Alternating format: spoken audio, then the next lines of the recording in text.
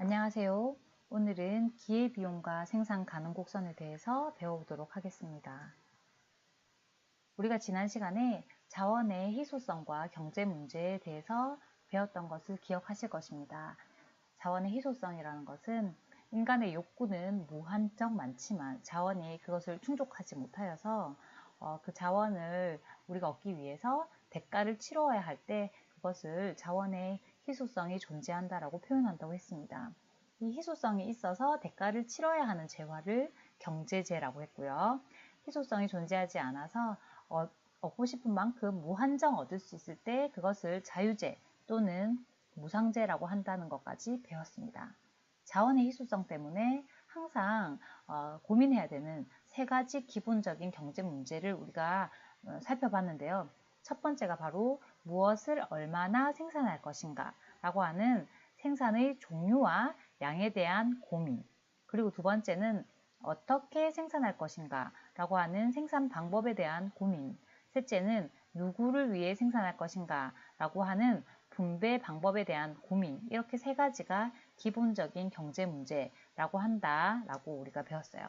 한마디로 무, 누 이렇게 세 가지는 외우셔야 돼요. 근데 여기에서 여러분들이 또 기억을 하셔야 될 것이 무엇을 얼마나 생산할 것인가를 고려할 때 반드시 우리는 뭐를 고려해야 된다. 효율성과 형평성 중에 그렇죠.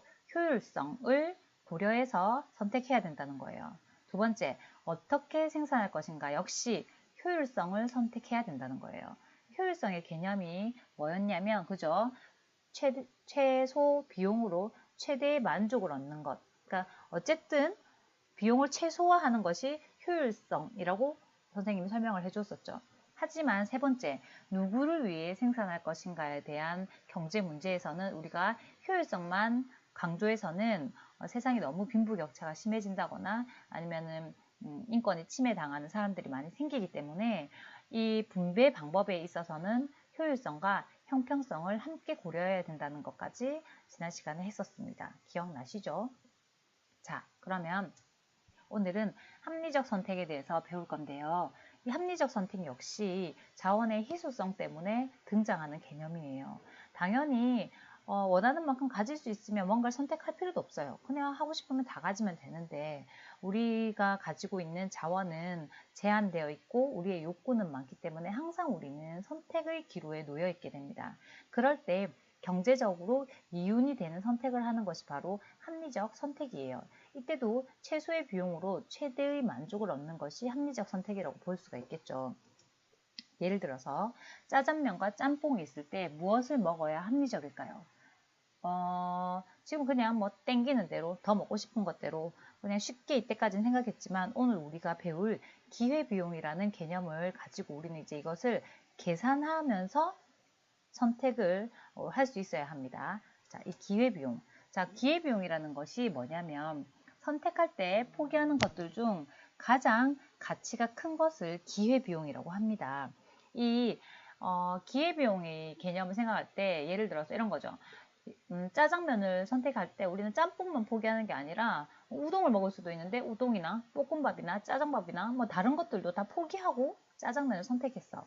하지만 포기한 것들 중에 가장 먹고 싶었던 것, 짜장면 말고 가장 먹고 싶었던 것, 그것의 가치가 바로 기회비용이라는 거죠. 알겠죠? 그러니까 나머지 우동, 뭐 만두 이런 것들을 다 더한 개념이 아니라 가장 가치가 큰 것인 짬뽕의 편익을, 순편익을 고려한 것이 기회비용이라는 거 선생님이 계산하면서 다시 설명을 해주도록 하겠습니다.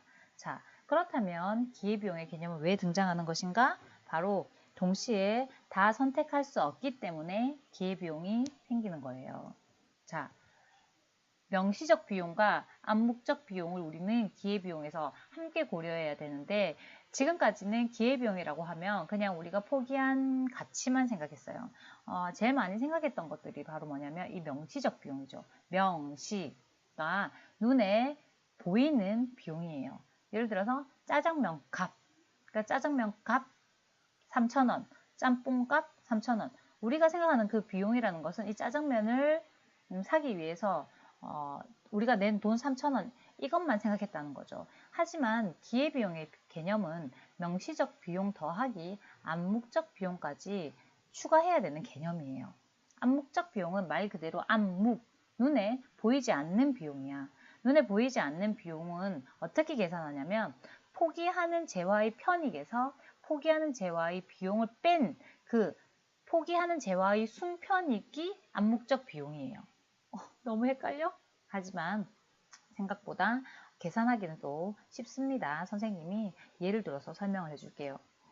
이것은 당연히 이 기회비용의 개념은 경제재에만 해당된다는 거. 경제재, 대가를 치르는 재화에서만 해당된다는 것은 당연한 말이고요. 또 두 번째, 매몰 비용은 고려해서는 안 된다는 것도 여러분들이 기억해 주셔야 돼요. 자, 매몰 비용에 대한 것도 여러분 선생님이 다시 설명을 해줄 건데 간단하게 얘기해서 이거예요. 예를 들어서 영화관에서 8,000원을 내고 내가 영화를 보고 있었어. 근데 그 영화가 너무 재미없는 거야. 그래서 우리는 고민을 하죠. 앉아가지고. 선생님도 얼마 전에 그런 영화가 하나 있었거든요. 앉아서 선생님 계속 엉덩이를 들썩들썩거렸어. 나가고 싶어 죽겠는데 그 8,000원이 아까운 거야. 그래서 앉아 있었죠. 하지만 사실은 이때는 그 순간 영화가 재미없다고 느꼈던 그 순간 내가 선택의 기로에 섰던 그 순간에는 영화관에 들어가기 위해서 우리가 제시했던 그 8,000원은 고려해서는 안 되는 매몰 비용이라는 거예요. 왜? 어차피 회수가 불가능해. 그때부터 우리는 매몰 비용을 제외한 그 이후의 비용만 가지고 고려해야 돼요. 그러니까 내가 여기에 앉아서 영화를 보는 편익이 클지 아니면 차라리 이 시간에 나가서 노는 편익이 클지에 대한 고민을 그때부터 해서 나가서 노는 편익이 크면 우리는 나가야 된다는 거죠. 이런 개념에 대해서 나중에 다시 한번 선생님이랑 같이 살펴보도록 하겠습니다. 자, 그러면 기회비용의 개념 우리가 사례를 가지고 몇 가지의 사례를 가지고 조금 더 천천히 살펴보도록 할게요. 자, 합리적 선택. 아까 선생님이 말한 것처럼 편익이 기회비용보다 클 경우 합리적 선택이라고 한다고 그랬어요. 이 말은 또 다른 말로 하면 무슨 말이냐면 편익이 기회비용보다 크다는 말은 결국에는 뭐냐면 이 편익에서 기회비용을 뺀 순편익이 0보다 더 크거나 0과 같을 때 합리적 선택이라고 말한다는 거예요. 그러니까 마이너스가 되면 안 된다는 거야. 그러니까 내가 얻는 편익이 비용보다 더 작으면 이것을 선택하는 것이 굉장히 비합리적인 선택이라는 거야. 자, 그러면은 이것을 또 다른 말로 하면 경제적인 이윤이 0보다 큰 경우 우리는 합리적 선택이라고 한다. 이렇게 또 다른 말로 설명할 수 있습니다. 자, 우리 이제는 사례를 가지고 이야기를 해봅시다. 자, 예를 들어서 아이스크림을 우리가 선택한다고 쳤을 때 이거 한번 보세요. 잘 보셔야 됩니다.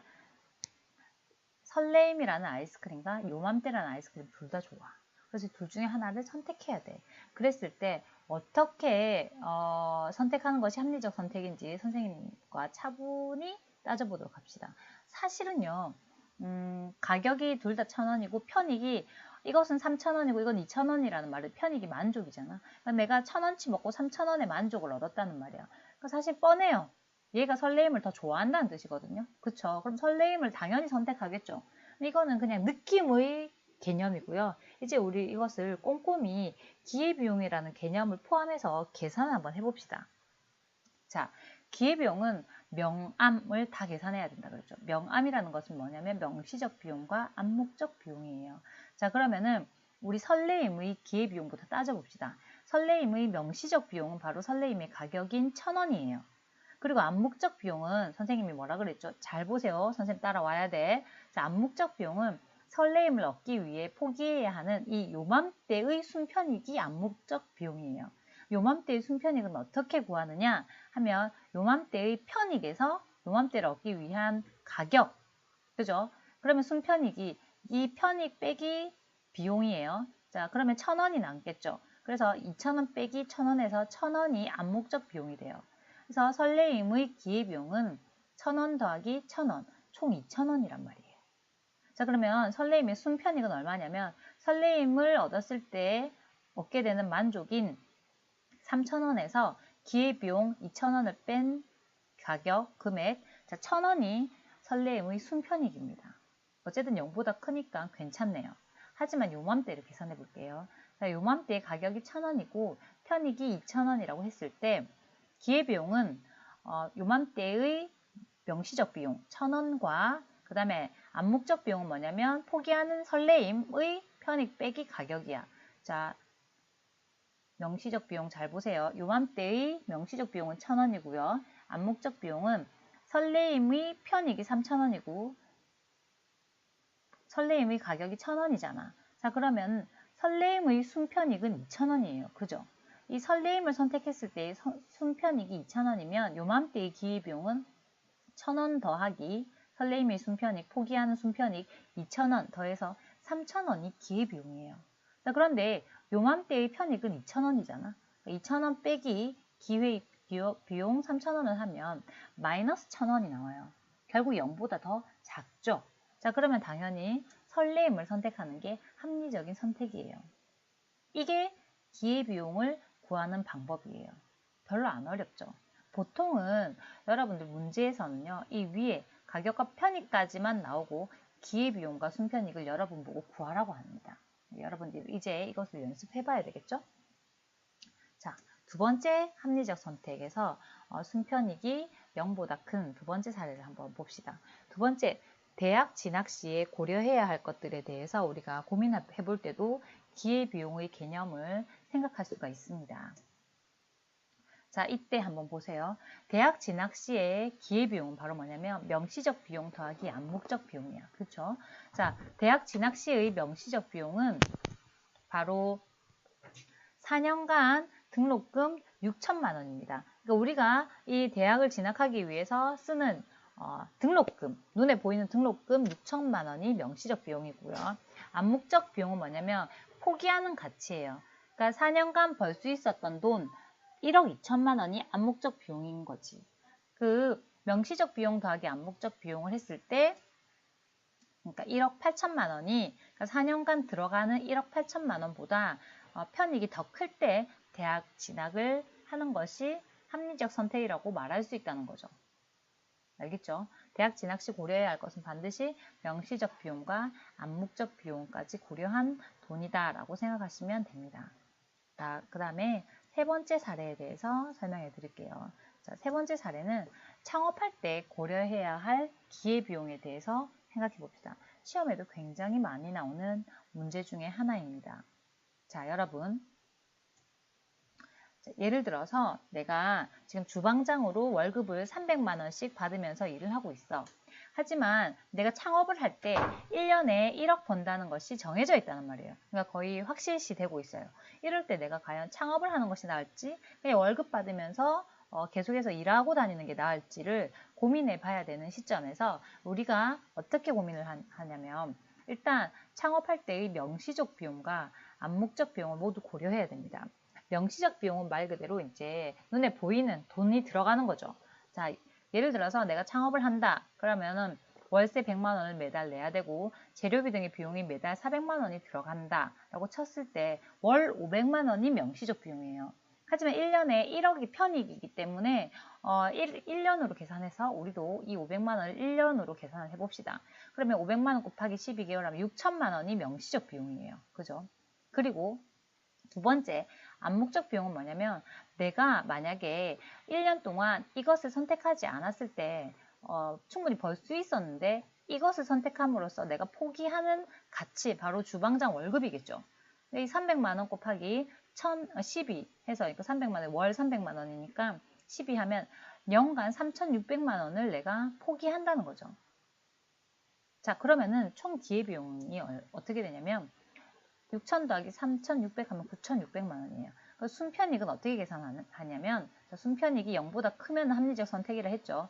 편익인 1년의 편익인 1억에서 기회비용인 9,600만 원을 빼면 400만 원이 남아요. 0보다 훨씬 크죠. 그럼 이것은 합리적 선택이라는 거야. 오히려 창업을 하는 게 어쨌든 이익이라는 말입니다.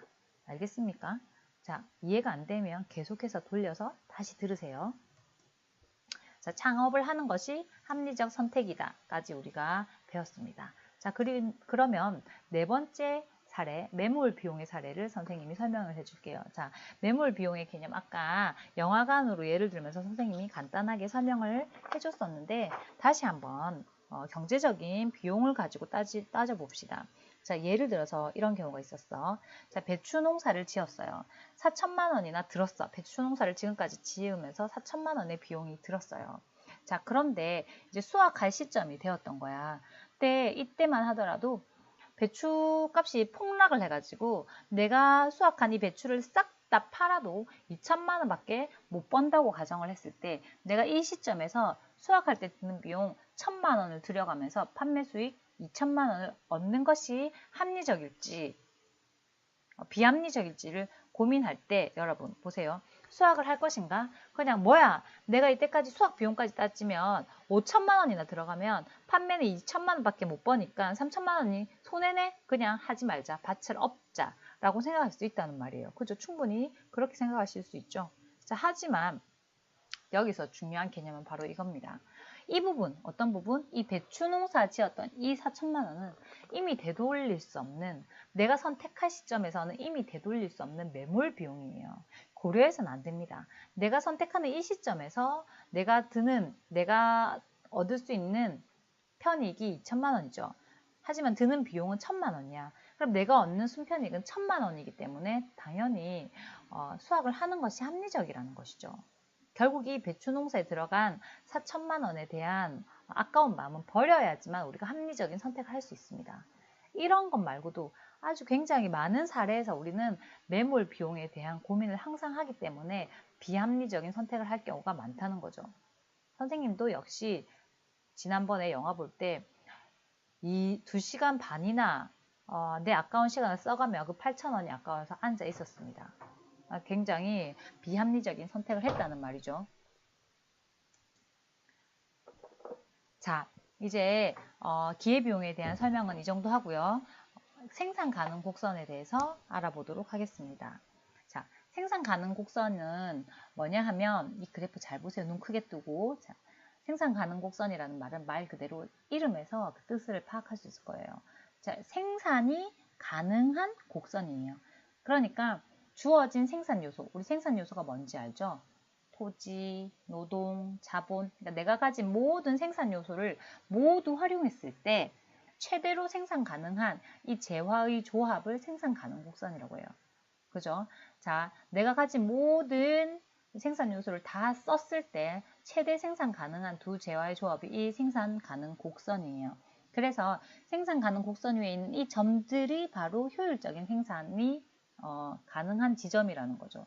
예를 들어서 이런 경우에요. 내가 가진 생산 요소로서 만약에 내가 빵을 10개를 만든다고 하면 우유는 단 하나도 만들 수 없어.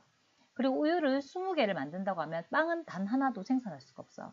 하지만 빵을 6개 생산하고 우유를 8개 생산한다면 이 지점, 그죠? 생산이 가능하고요.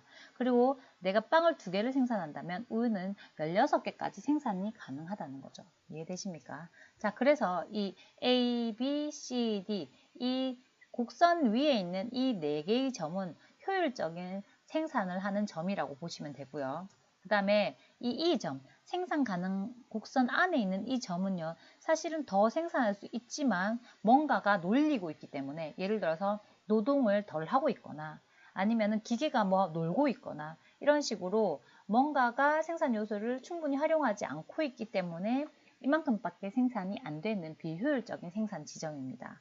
그리고 F 같은 경우는 사실은 생산 가능 곡선을 넘어서 있기 때문에 생산이 불가능한 지점이라고 볼 수 있죠. 하지만 만약에 이 F까지 생산이 가능하려면 어떻게 해야 되겠느냐.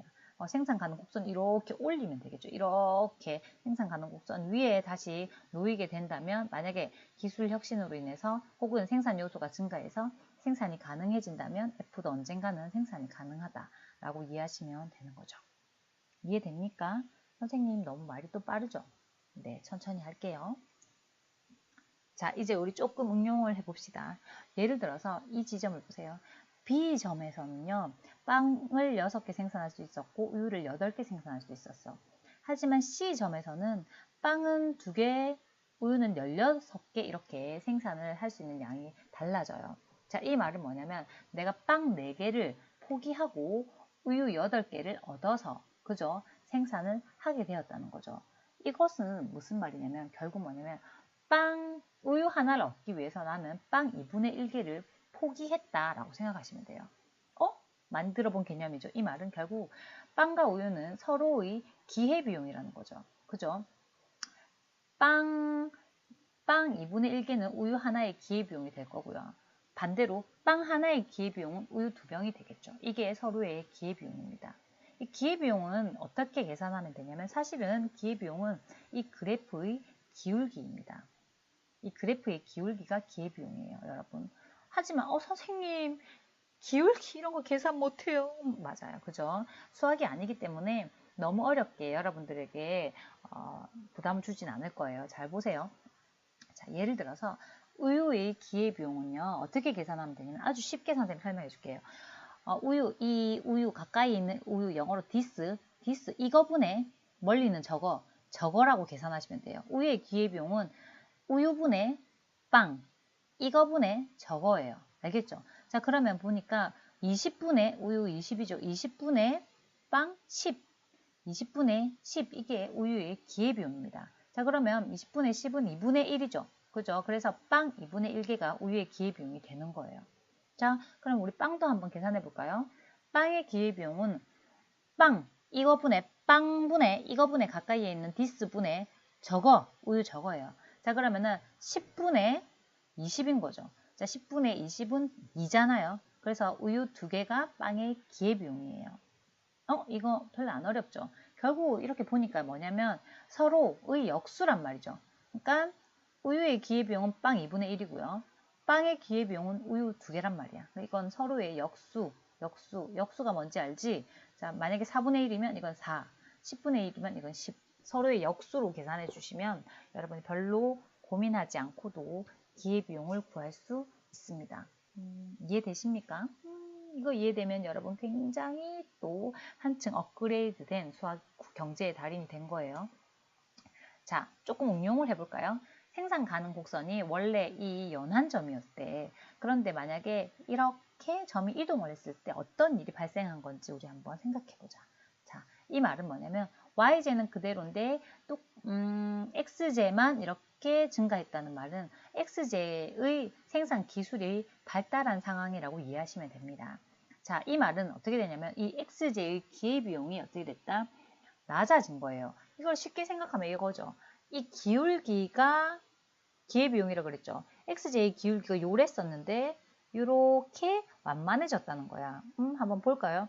자, 이랬을 때의 기울기는 뭐예요? 이거분의 저거니까 4분의 6, 2분의 3이었어요. 그런데 이렇게 완만해지니까 이거분의 저거 8분의 6, 4분의 3, 2분의 3이면 1과 2분의 1, 그쵸? 그러니까 뭔가 숫자가 더 크지? 4분의 3이면 더 작아졌잖아. 여러분 알죠? 이렇게 완만해질수록 기울기가 작아지는 거거든요. 그러니까 기울기가 작아졌다는 말은 결국 기회비용이 낮아졌다는 거예요. 근데 반대로 y제는 어떻게 됐어요? y제는 x제의 역수라 그랬죠. 그렇기 때문에 반대로 y제의 기회비용은 증가했다라고 이해하시면 됩니다. 근데 만약에 x제나 y제 모두 생산 기술이 발달하거나 자원이 증가하면 그래프가 어떻게 될까요? 맞았어요. 이런 그래프가 나오겠죠. 그죠? 그래서 x제도 증가하고 y제도 증가한 이런 그래프가 만들어질 것이다 정도 우리가 이해할 수 있다면 여러분은 생산 가능 곡선을 바로 이해하게 된 그런 천재가 되는 거예요. 알겠죠? 자, 그럼 다시 처음으로 돌아가 볼까요? 자, 우리가 처음에 짜장면을 먹을까? 짬뽕을 먹을까? 고민을 해봤죠. 이때 그냥 처음에 우리가 기회비용을 몰랐을 때는 땡기는 대로였어요. 하지만 이 땡기는 거 결국 이게 편익이거든요. 자, 이것을 숫자로 계산을 해봤을 때 자, 보통 숫자는 여기까지 나옵니다. 가격과 편익까지만 나오는데 자, 우리 이걸 선생님이랑 같이 계산을 해봅시다. 자, 예를 들어서 짜장면 가격이 4,500원이고 편익이 7,000원이야. 짬뽕 가격이 5,000원인데 편익은 8,000원이야. 이랬을 때 우리는 고민을 하게 됩니다. 짜장면이 약간 더 싼데 도대체 어떤 걸 선택하는 게 합리적 선택일까라고 고민을 했을 때 우리가 배운 사람들처럼 계산해 봅시다.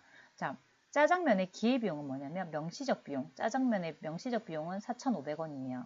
자, 암묵적 비용은 뭐냐면 짬뽕의 순편익이죠. 짬뽕의 순편익 어떻게 구하노? 자, 그쵸. 편익 빼기 가격이야.